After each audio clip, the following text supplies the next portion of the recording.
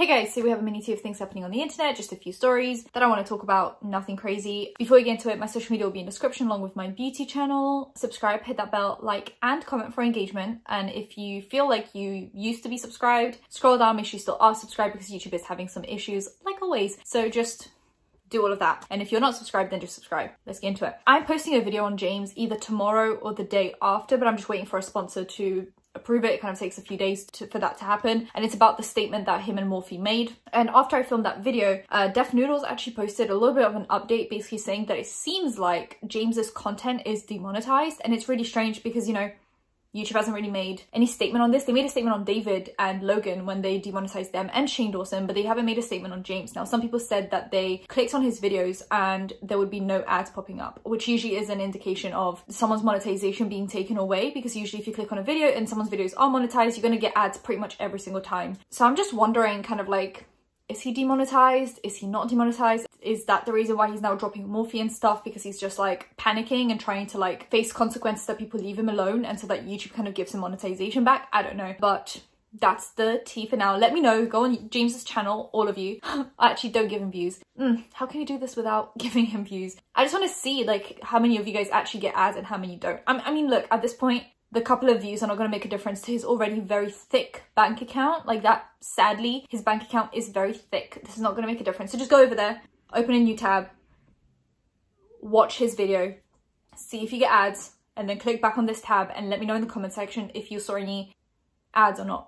I'm just a little bit of an experiment. Let's just see. Then we have Dom, Dirty Dom. So as you guys know, recently, like 3 weeks ago, an insider article came out about a story to do with Dirty Dom, who was part of the vlog squad, where David's friend invited a few girls over to have like a video set up where they would apparently have and actually 3 girls showed up. He then got them drunk and then proceeded to one of them. So that happened. David then made a big apology video. Well, no, he made an apology video and then it wasn't great, and he did it on his 3rd channel, not his 2nd channel, not his main channel, his 3rd channel, and then he lost all of his sponsors, and he did a proper apology on his main channel, which some people still don't think is a proper apology. I personally don't, but to each their own. And Dirty Dom since then has had no apology. Like, he didn't do an apology video. He just disappeared off the internet and let everyone take the heat for him.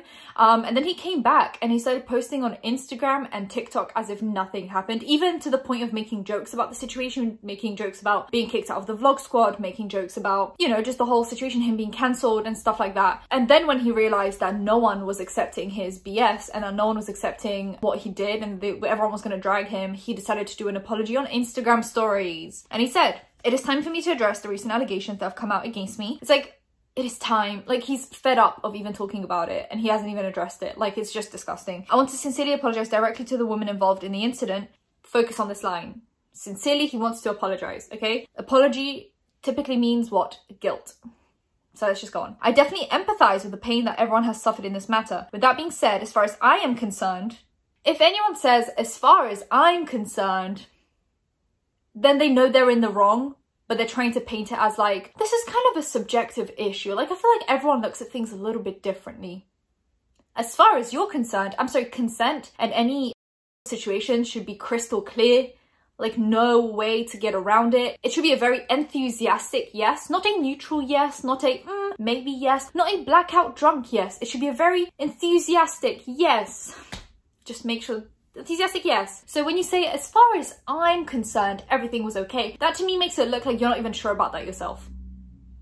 But you're trying to persuade yourself and everyone else that there was a yes when there really wasn't. With that being said, as far as I'm concerned, everything that occurred that night in question was completely consensual. I believe that statements have come out against me are entirely misleading and shed an incorrect light on my involvement. My character is being unfairly attacked, and the statements that exist in the public eye are unfairly defaming and assaulting my character and reputation. With that being said, if possible, I want to shed a positive light on the events that have transpired and show the world who I truly am. I recently donated my time as well as thousands of dollars to several women's rights groups to show that my support for the unjustified and unnecessary struggles that women endure in our society on a daily basis. It is time for all of us to demonstrate more respect for one another in every facet of life. Dom. No. So you cannot have an enthusiastic yes from someone who is blackout drunk. If someone has had so much alcohol that they are unconscious, they're not giving you an enthusiastic yes, but they're more importantly not even giving you a neutral yes. There is no yes to be had because they're unconscious. And every piece of proof and evidence in that situation, from pictures in people's camera rolls, mainly Hannah's friend, show a drunk girl. You cannot get a yes or an enthusiastic yes from a drunk person. That's quite literally how the law works in your state and many other states and many other countries. You cannot get consent from someone who is blackout drunk. That's just not how it works. So when you're saying, as far as I'm concerned, how did you come to that conclusion? How did you come to the conclusion that it was consensual when you couldn't even possibly ask for consent because of the alcohol involved? Just very confused. Anyway, I hope this trash ends up in the trash. I think everyone should unfollow, unsubscribe, not even hate watch, not hate comment, not hate partake, not tweet about him, not anything. I feel like people still thrive on even the negative attention, because at this point that's all he has, the negative attention. He's going to grasp onto it for as long as possible. If you just completely ignore and let him just die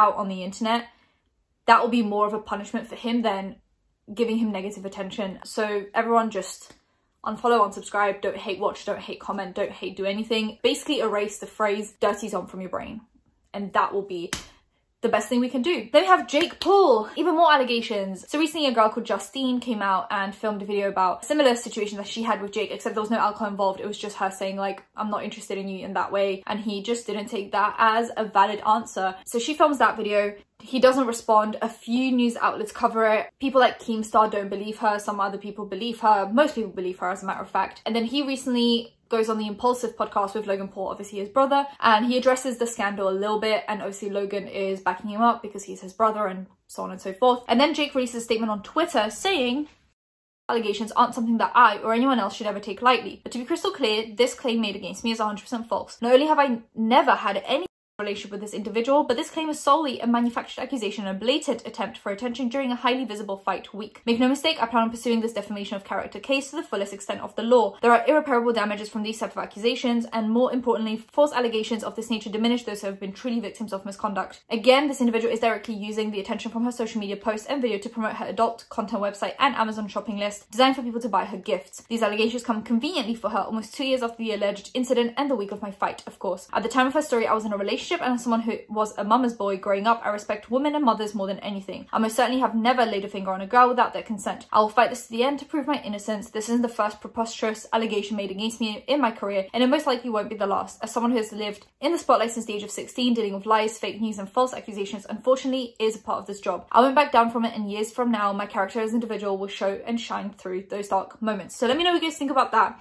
If you watched her video, obviously I'm not going to summarize the whole thing. I think it's just important to go watch her speak about the situation herself. But if you watched that video and you read the statement, let me know what you think about the situation in the comment section down below. But then we have Tana Mojo defending Jake Paul. So Tana Mojo decided to go on Twitter and like some tweets defending Jake Paul. So obviously you guys don't know, Jake Paul and Tana dated for a while. They even got fake married, that kind of a thing. So she's still very much obsessed with him in an unhealthy way, just unhealthy obsession. So she liked tweets such as, the allegations of Jake Paul from Justine Paradise has risen on the internet, but something about the story didn't add up. After a lot of searching and watching back old Insta stories, something isn't right. I'm going to show you what I think she is lying. I'm going to start off with where Jake was on certain dates, starting with 19th July 2019. On the 19th, Jake spent the day with Tana and filmed a Teen 10 video. They then went to Craig's restaurant in West Hollywood that night. Going to the club to meet up with Tana's friends, the time that happened. Jake and Team 10 making a video that night before him and Tana went out. This alone shows they were busy. Keep in mind, this was filmed looking around 6 to 7 p.m. and Jake and Tana are probably out till early hours. No one else has seen in the house during the stories or actual video. So there's that. Let me know what you think about all of that. But Tana's liking those tweets. And now Jake had his fight where he beat Ben Askren, which was like an ex-MMA fighter. So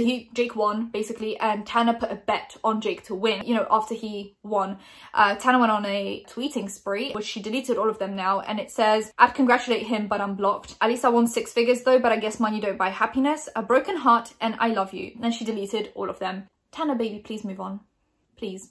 Please, can we just not do this right now? It's just embarrassing. Look, if he clearly doesn't like you, he doesn't like you, just move on to someone else. There's Harry Jowsey, he seems to really like you, just move on. It's just really embarrassing for her. Like, he blocked you on Twitter, and you're going out of your way to defend him and tell him you love him and bet money on him, and it's just like, it's just tiring, really, to watch. Anyway, then we have Dixie. So because of the fight, there are a few people involved. Justin Bieber performed, Doja Cat performed, Pete Davidson. Then we had Dixie, Charlie, and Ivani presenting like the belts. Well, people were giving a lot of heat to Dixie and Charlie, and Ivani a little bit, but mainly Dixie and Charlie. And when Dixie realized that she was trending on Twitter for presenting the belt, she tweeted out, cry, and then I make you so mad, like those like cutesy eyes. And then she tweeted out some other projects that she was working on, just cherry on top. So there's that for shade on the internet. Then for instant influencer updates, we have a new host. It's Zach. So Zach, it has one of those like viral channels. He's on like 20 million subs, and he makes content that's mainly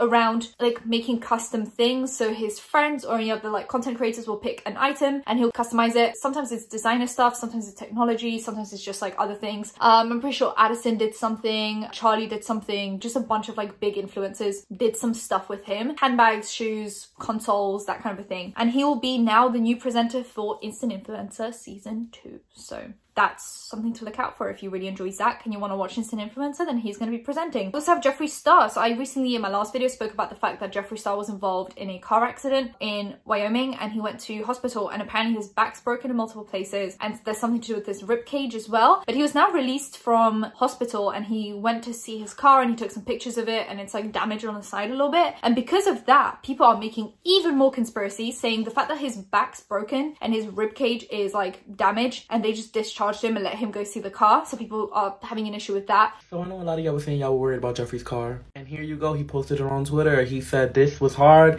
and I had to go see my car today. Thank God a Rose voice is built with highly reinforced steel because it saved our lives. Time to heal and let my body repair." Here's the car, y'all. And another picture.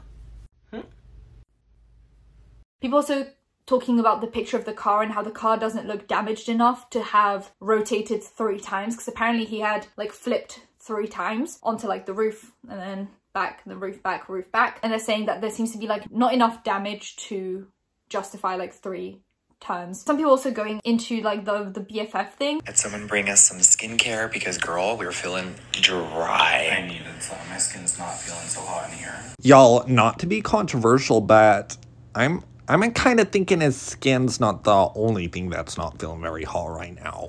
So he just filmed a video on his best friend's cancer. Now they obviously got into a car accident. So people are thinking, is this promo for the video? Which would be, like, even for Jeffree, that's a lot to do. It is a lot to fake a car accident to promote a video. But I don't know. Anyway, they're also talking about the fact that for a while, Dylan has been struggling with money and paying for his treatment. So people are wondering how this multi-million, well, according to Jeffree, a billionaire can't afford to pay for his friend's cancer treatment. And now after the accident, Dylan has started a GoFundMe for himself for like treatment for the obviously accident. And you'd think, considering he was a passenger in Jeffree's car and Jeffree was the one that essentially crashed the car, and also Jeffree is a billionaire, you'd think that he would pay for his friend's treatment instead of making him start a GoFundMe and an Amazon wish list. But that's just me. If I was a billionaire and my friend got into a car accident, I wouldn't make them do a GoFundMe. I don't know. That's just me though. So some people are, you know, making up even more conspiracy theories. Let me know what you think about those. I'm not going to express my opinion on it. I just think it's like unnecessary right now for me to be bringing my opinions into this. But let me know what you think. Do you think there's some, I guess, like truth to what people are saying, or are people just being mean because they don't like Jeffree for very valid reasons? But is it just because people don't like Jeffree, or is there some level of truth to what they're saying? Also, his videos on trending. Now, Kat, the journalist behind Insider's articles about Jeffree mainly and David, has tweeted out about, you know, the fact that the video's on trending and how the American trending page is picked by humans that work for YouTube. So them knowing Jeffree's past with crimes and very horrible crimes, worse than anything James has done, well, you know, along the lines of Jake and Dirty Dom, and the fact that he's also got just a very problematic past, you'd think that the people behind YouTube would not put him on trending, but they did. So that's not great. If you guys enjoyed the video, give it a thumbs up, comment down below anything you want to comment down below, and subscribe to post videos every time something happens. So that bell, you know, when that's happening. Social media links, any other links in description. I'll see you in my next one. Bye guys.